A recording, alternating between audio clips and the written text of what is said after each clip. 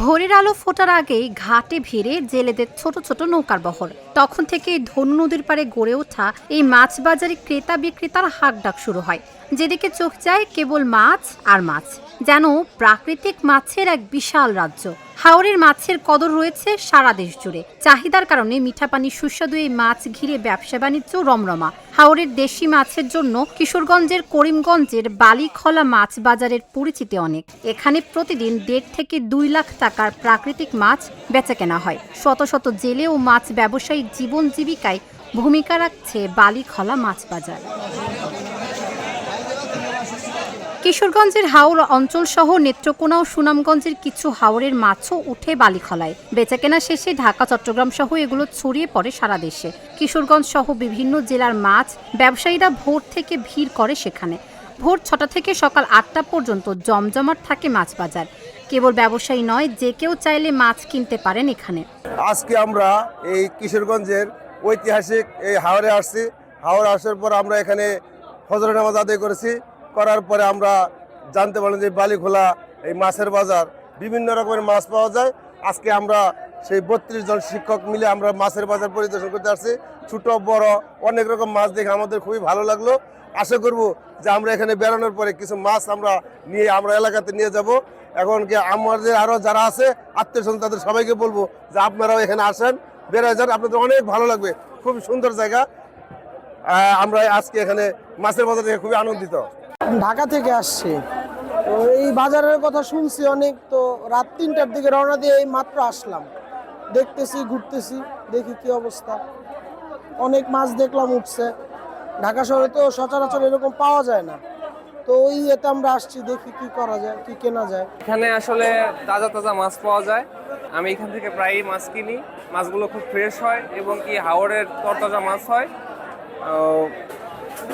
মাছগুলো রিজনেবল প্রাইসে পাওয়া যায়, দামগুলো কমই থাকে। মূলত বাজারে যে রেটে আপনি পাবেন তার থেকে অনেক কম পাবেন।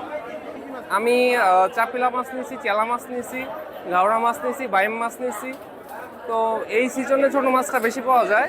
আমি নরসিংদী থেকে আসছি, শুনছি অনেক ভালো মাছ পাওয়া যায়। বালিখোলা নাম করা, আমরা ভৈরব থেকেও শুনি এখান থেকে নাকি মাছ যায় বালিখোলা থেকে। এর জন্য আমরা নরসিংদী থেকে এখানে আসি ফ্রেশ মাছটা নিয়ে যেতে। আমি বাইম মাছ কিনছি, তারপর কিছু চিংড়ি মাছ কিনছি, অনেক ভালো মাছ।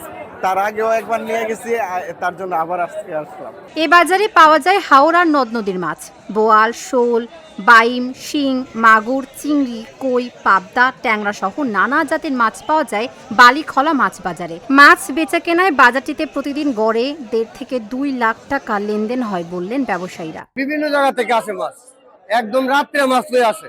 আমরা ভোরবেলা 6টা থেকে বিয়ে কিনি আরম্ভ করি। আরব দ্বারা যারা আসি 6টা থেকে বিয়ে কিনি আরম্ভ করি। ও এখন বর্ষা হাল তো গুড়া মাছটা এখন বেশি, গুড়া মাছটা বেশি। মোটামুটি দামও ভালো। বাজারের আপনার কোনো সমস্যা হয় না। এখানে পাইকার পর তো শান্তি পায়, আরাম পায়, যার জন্য মাছটা এখান থেকে যারা চেল দিতে লয়ে যায় বিভিন্ন জায়গা। আমাদের বাজারে রুই মাছ আছে, কাতলা মাছ, কারু মাছ এবং চিংড়ি মাছ বেচি, বাল্লেরা মাছ এবং বিভিন্ন জাতের মাছ। কিন্তু বাজারের অনেক দাম বেশি, কিন্তু মাছ আকাশের অবস্থা বেশি ভালো না, তো যার কারণে মাছের দাম বেশি।